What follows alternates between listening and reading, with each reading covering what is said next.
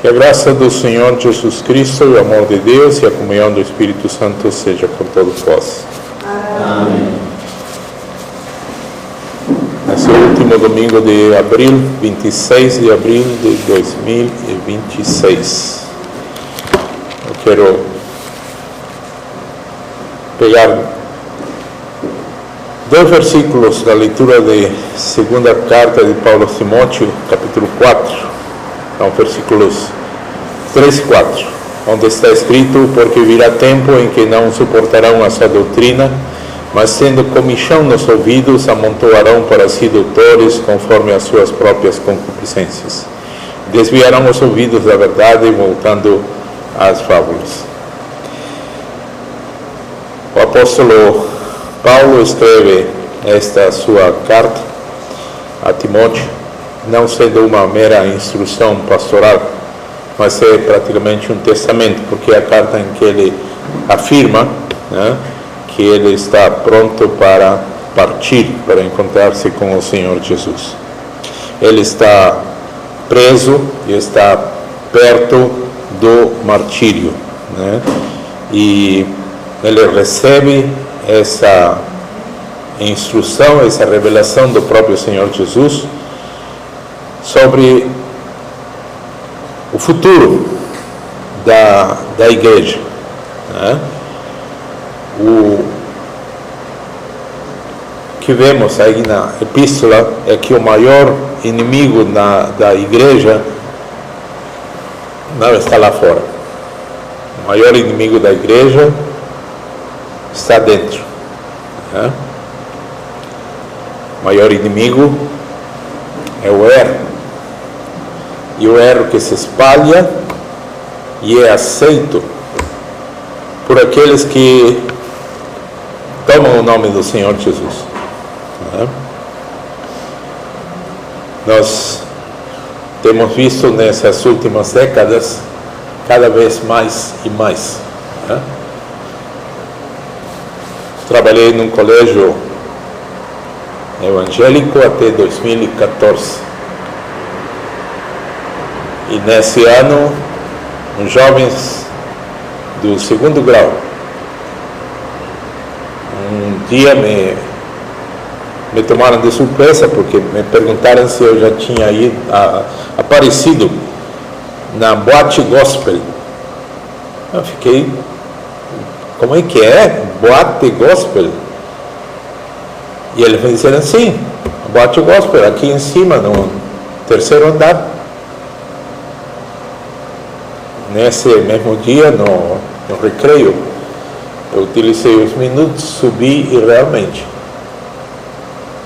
tinha todo o ambiente, preparado para uma boate.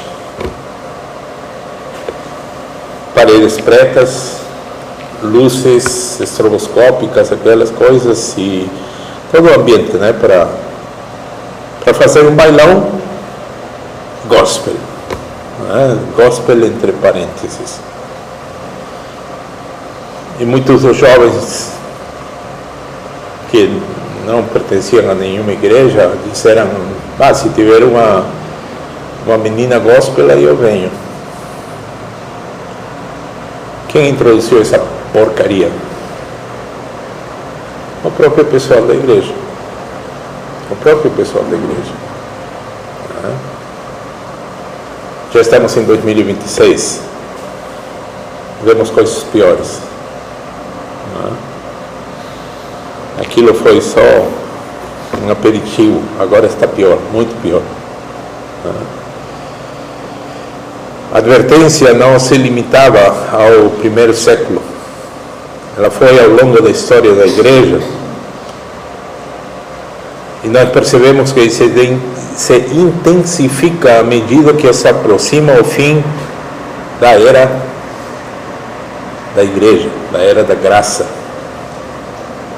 A Escritura já havia anunciado isso. Na sua primeira epístola a Timóteo, no capítulo 4 também, versículo 1, o apóstolo diz: alguns apostatarão da fé. E o apóstolo João nos diz: alguns se têm feito anticristos. saíram do nosso meio, mas não eram dos nossos, diz o apóstolo João. Mas saíram do nosso meio, quer dizer, estavam no meio cristão. E em algum momento esses cristãos colocaram, como se fala, colocaram as galinhas para fora. Por isso o apóstolo diz, alguns apostatarão da fé, e o apóstolo João afirma, saíram do nosso meio, mas não eram dos nossos. Mesmo que o mundo diga, não, esses são cristãos, não são. Nós sabemos disso. O apóstolo Pedro diz, assim como houve falsos profetas, haverá entre vós falsos doutores. 2 de Pedro 2:1. Haverá entre vós falsos mestres, ensinarão coisas falsas. O próprio Senhor Jesus Cristo, escrevendo o evangelista Mateus, no capítulo 24:11, ele disse, levantar-se-ão muitos falsos profetas. Nós sabemos, Mateus 24 é aquela passagem referente às coisas do fim. Então, a apostasia, o abandono da fé, não é um acidente, é a profecia se cumprindo. O tempo da rejeição da sã doutrina, não suportarão a sã doutrina. E o que significa a expressão sã doutrina? Aí precisamos fazer um contraste com a falsa doutrina para perceber. A sã doutrina é baseada na Escritura. A falsa doutrina é baseada em opiniões humanas. Eu acho, não importando o que a Bíblia diga, mas eu acho. E muitos se desviaram nesses seus vãos pensamentos. E não estou falando de membros, não estou falando do que senta nos bancos da igreja, estou falando de líderes que acham coisas, não na Bíblia, na sua cabeça. E nós sabemos que muitas vezes esses achismos não são nem sequer da própria pessoa. A palavra nos diz, dando ouvidos a espíritos enganadores.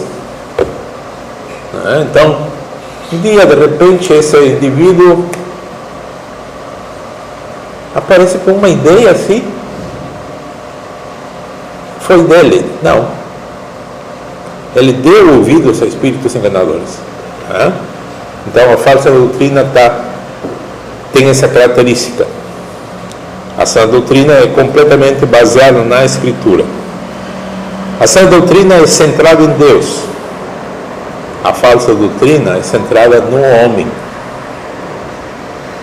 Esse pregador, esse líder religioso se preocupa com o que a congregação gostaria de ouvir. Observem isso. O que a congregação gostaria de ouvir. A sã doutrina confronta o pecado. A falsa doutrina tolera o pecado. Não, gente, não é bem assim. Nós temos que entender que... E aí começa essa tolerância ao pecado. A sã doutrina produz santidade. Explica o que é santidade. Santidade não é aquelas mãozinhas juntas, a cabecinha para um lado, com uma carinha de quem não mata uma mosca. Isso não é santidade. Santidade é afastar-se do pecado. Santidade é dizer não às nossas próprias vontades carnais. A cada vez que você se nega, você está sendo santo, se santificando. Porque a palavra original, santidade, é separação. se separa das coisas do mundo. O mundo segue como uma estampida em direção ao pecado, e aquele que é santo diz não. E ele nada contra a correnteza. O mundo vai para lá, e aquele que é santo toma uma direção contrária, oposta.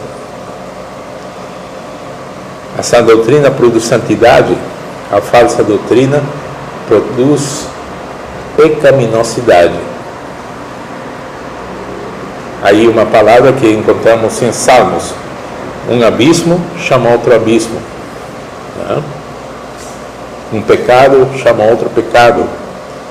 E quando vê, essa pessoa está completamente chafurdada com seus pecados. E acontece o que o apóstolo Pedro escreveu na sua carta, né? A porca lavada voltou ao lamaçal, ou o cachorro comendo seu próprio vômito, o que está escrito, né? Essa doutrina é imutável. Essa doutrina afirma Cristo é o mesmo ontem, hoje e sempre. A falsa doutrina é adaptável. Não, isso tem que entender que isso foi lá no primeiro século, né? Nós estamos no século 21. A igreja tem que evoluir,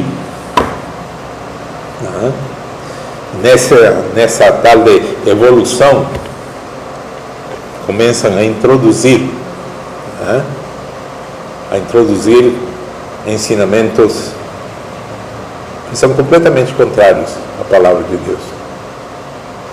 Ainda ontem me deparei com um vídeo desses que aparecem na internet, em que você sabia que a igreja lhe enganou? Pode ter certeza, cada vez que você sabia que a igreja lhe enganou, pode ser algumas vezes, alguns desses vídeos referentes a coisas que a religião oficial ensina de maneira completamente errada. Mas a grande maioria são ensinamentos espúrios. E o homenzinho que estava falando aí, ele começa a abordar o assunto de que os seres humanos, quando chegamos na maturidade, temos uma série de desejos, vontades muitíssimo fortes. Sim, realmente. E aí continua dizendo que um desses desejos e vontades muitíssimo fortes é a atração sexual. Você já começa a pensar, aonde quer chegar, né? E aí ele está percebendo. Então a igreja enganou vocês, esse negócio de que não pode se relacionar, o sexo é pecado. O que ele queria? Ele advoga pela libertinagem, né? Se uma moça, ela tem que dar solta, renda solta, como se fala, né? As vontades carnais. E se é um rapaz, muito mais. Então, não tem nada mais bonito que duas pessoas se amando. E ainda ontem no estudo bíblico nós abordamos essa questão. Nós como cristãos estamos debaixo de nenhuma lei? Não, nós temos. Nós temos 3 mandamentos que o Senhor Jesus nos colocou bem claramente: amarás ao Senhor teu Deus acima de todas as coisas, amarás ao teu próximo, e aí inclui os inimigos, como a ti mesmo. E um mandamento exclusivo para dentro da igreja: amai-vos uns aos outros assim como eu vos amei, ao ponto de dar a minha vida. Então, esse exclusivo dentro da igreja é que um pastor, um membro tem que dar a sua vida pelos irmãos, né? Mas esses mandamentos são positivos e não tem nenhum negativo.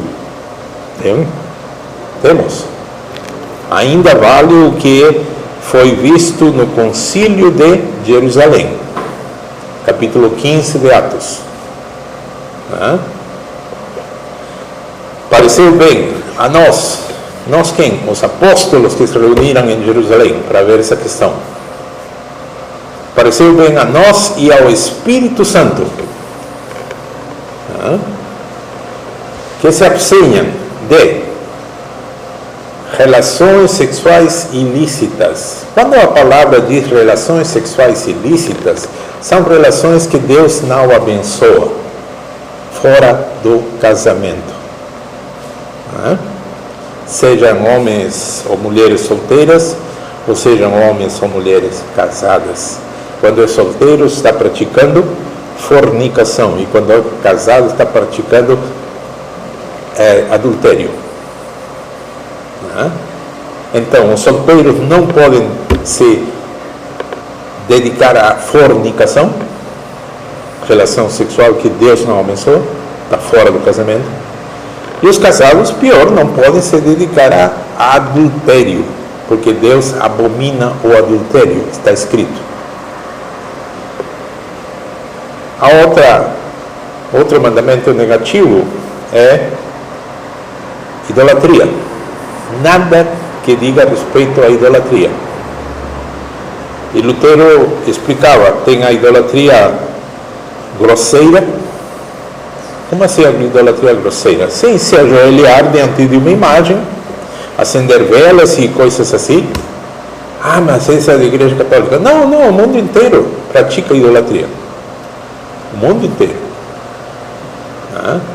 Os seguidores do profeta se reúnem lá numa cidade deles, e lá em cima tem uma pedra preta, que na crença deles essa pedra era branca como a neve, e com o tempo, devido a que eles colocam as suas mãos, e essa pedra suga os seus pecados, essa pedra foi ficando preta. Hoje é completamente preta.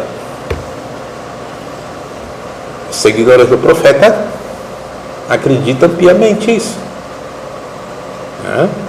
E eles fazem de tudo para uma vez por ano irem lá, darem voltas e voltas ao redor desse cubo e colocar a mão. São idólatras. Mas eles não reconhecem de maneira nenhuma que eles são idólatras, adorando uma pedra preta, acreditando que essa pedra preta suga os pecados deles. O mundo inteiro pratica idolatria.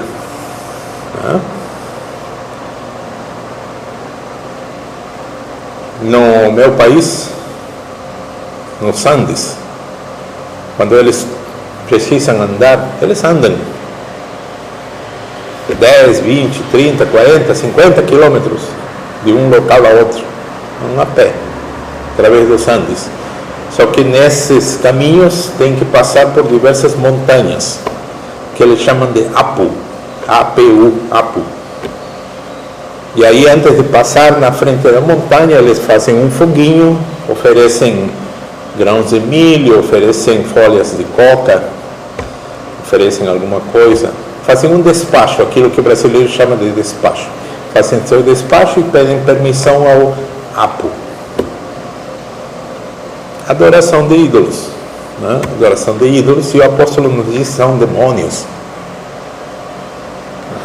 O mundo inteiro pratica isso. E a terceira negativa para os cristãos é sangue. Nada de sangue. Tudo isso faz parte da sã doutrina. Quais são os mandamentos positivos que nós cristãos, que estamos debaixo do sacerdócio do Senhor Jesus Cristo, segundo a ordem de Melquisedeque, nós temos 3 mandamentos positivos: amar ao Senhor, amar ao próximo e amar aos irmãos dentro da igreja, assim como o Senhor nos amou. E os 3 negativos: não a relações sexuais ilícitas, que Deus não abençoa, não a idolatria, nenhum tipo, nem sequer, eu mencionei que Lutero ensinou a idolatria grosseira e nem sequer a idolatria sutil. Qual é a idolatria sutil? Quando a pessoa adora coisas que não se veem. Adora dinheiro, por exemplo. Não, mas o dinheiro se vê. Não, mas ele não adora o dinheiro em si, o papel, a moeda. Ele adora a sensação de ter, de saber que agora eu tenho tantos mil, agora eu tenho tantos milhões no banco. Isso é idolatria também. Né? E consumo de sangue. Né? Nós temos essas negativas, mandamentos positivos e mandamentos negativos. Né? Rejeitar tudo isso faz parte desse desvio. Né? A raiz do problema está nessa natureza caída do ser humano. Romanos 3, 10 a 12, não há justo, nenhum sequer. Efésios 4,18, o apóstolo Paulo nos diz que são entenebrecidos no entendimento. E por quê? Porque a pessoa segue no seu coração. E em Jeremias 17,9 nos diz que enganoso é o coração e corrupto, desesperadamente corrupto. Por isso que as pessoas erram grosseiramente, porque todas as pessoas seguem um conselho e repetem esse conselho: siga o que seu coração lhe diz. E lá vai a pessoa seguir alguém que a Bíblia diz, afirma, é corrupto e enganoso, desesperadamente enganoso.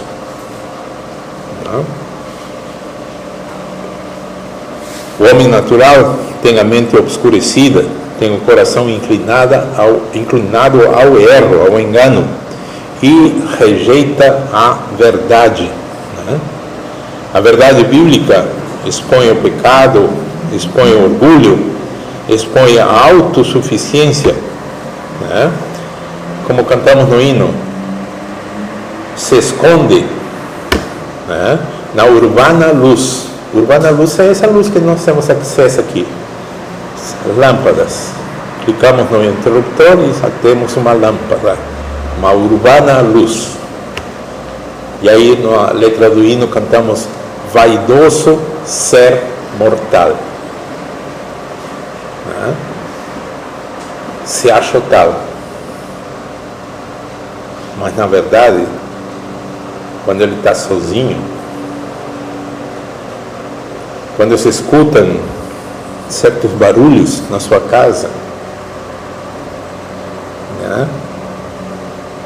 Não sabe para onde correr, porque ele sabe que ele está sozinho. E nós sabemos, como cristãos, sabemos que esses barulhos e coisas estranhas que acontecem, isso é da tua mente. Vai. Nós estamos rodeados por seres que odeiam a humanidade, que estão caídos, estão nesse mundo tenebroso. A Bíblia diz isso claramente, né? A doutrina humilha o homem moderno, porque afirma que Deus é soberano. A doutrina humilha o homem moderno, porque afirma que o homem é pecador. E porque afirma, por exemplo, em Efésios 2, 8 a 9, que a salvação não é pelas obras, é pela graça. Pela graça. Isso destrói a pretensão humana de querer ser bonzinho, o homem querer comprar a sua salvação. Todas as vezes que alguém foi confrontado, que está registrado na palavra de Deus, a pergunta foi: que devo fazer? Essa é a pergunta do ser humano. Eu acredito que tem um reino celestial. O que eu devo fazer para entrar? O que eu posso fazer para entrar? Dos poucos que pelo menos despertam para isso, a primeira coisa que perguntam é: o que eu devo fazer? Foi o que aconteceu com os quase 3.000 que foram batizados no dia de Pentecostes. Eles perguntaram, porque se compungiu o coração de todos eles, e eles perguntaram: irmãos, o que devemos fazer? E o apóstolo Pedro diz: creia no Senhor Jesus Cristo. Não é fazer, é crer. Ou quando Paulo estava lá no cárcere, o carcereiro, depois que aconteceu aquele terremoto que deixou as portas abertas e tudo, ele correu até eles e perguntou: senhores, o que eu devo fazer? E a resposta do apóstolo foi: crê no Senhor Jesus Cristo e será salvo tu e a tua casa. Crer, não é fazer, é crer. Mas nós estamos numa época em que a verdade é substituída pelo que é agradável. A palavra diz: tendo comichão dos ouvidos. Aqui está o diagnóstico espiritual, vamos chamar assim.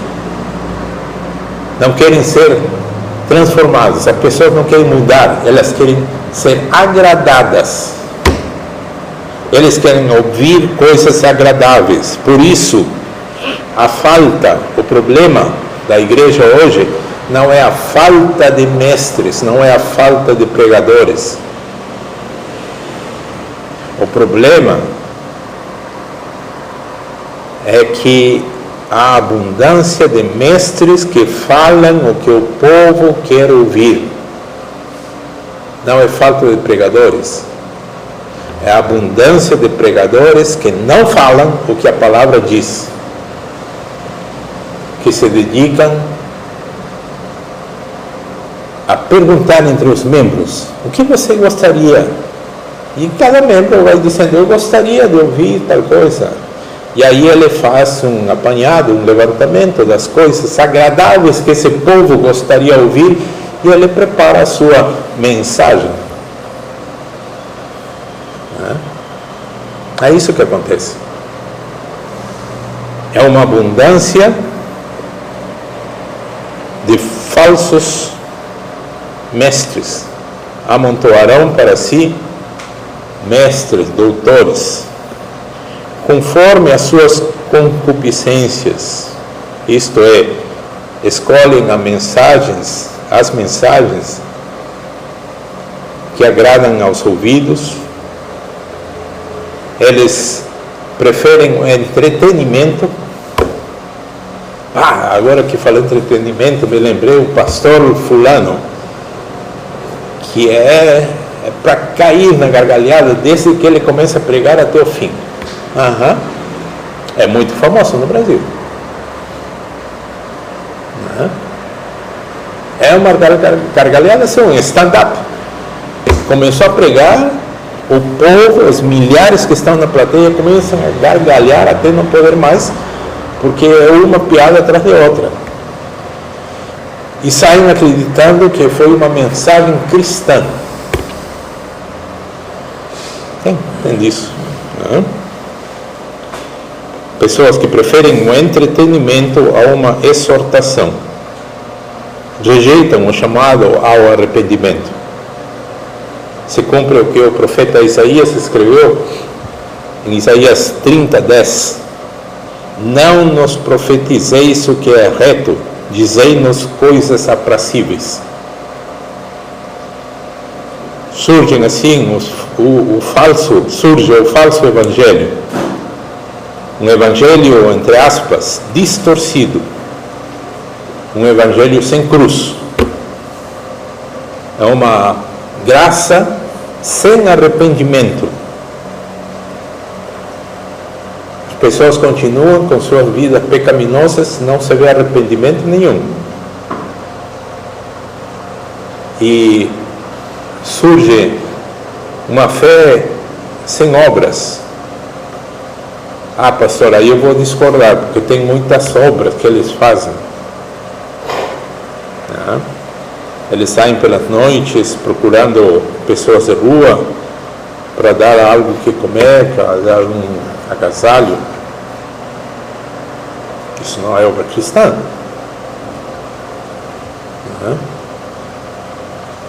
É uma obra humana. Não precisa ser cristão para fazer isso. Tem outras religiões.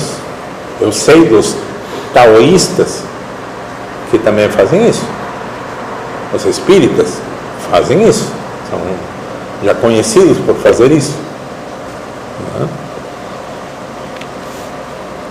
Então, aparecem então essas coisas que são fora da palavra de Deus. O Evangelho sem cruz, graça sem arrependimento, fé sem obras.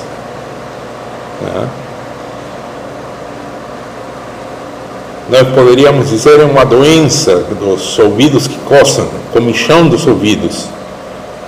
Descreve uma inquietação espiritual por novidades. Em vez da verdade eterna, as pessoas procuram experiências emocionais, revelações novas, coisas inovadoras. Mas a palavra nos diz que a fé já foi entregue. A fé já foi entregue, já é um pacote que está fechado. Judas 1,3: a fé que uma vez foi dada aos santos. Isso já está fechado, está completo. Quando completou-se o primeiro século, completou-se o cânone do Novo Testamento, acabou tudo. Nós temos lido aí em Marcos 16, que pegariam serpentes, imporiam as suas mãos sobre os enfermos, e nós sabemos que isso é dos apóstolos. Mas nós lemos na carta de Paulo a Timóteo: por causa das tuas frequentes enfermidades do estômago, toma certas coisas. E aí ele dá uma dica. Por que Paulo não impôs as mãos sobre Timóteo e o curou? Porque isso já era no fim da era cristã, da era do primeiro século. Aquelas coisas já estavam passando. O próprio Paulo orou 3 vezes por uma doença que ele tinha, e Deus não o curou. Mas muitos hoje acreditam que esse dom ainda existe. Porque o pastor fulano, porque a irmã fulana. Se desviam do que está escrito na palavra de Deus. O resultado é uma apostasia deliberada, um desvio deliberado. Desviarão os ouvidos da verdade. Isso não é ignorância, é rejeição consciente. Rejeitam conscientemente a verdade. Me lembro uma vez, fui visitar uma família que estava com problemas na sua casa. Uma das filhas apresentava certas características e eles pensavam que isso é um demônio.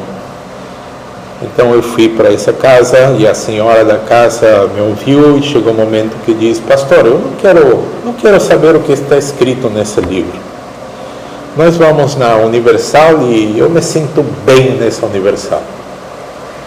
Quando ela falou isso, eu fechei a Bíblia e me despedi assim, abruptamente. Tenha um bom dia, tchau.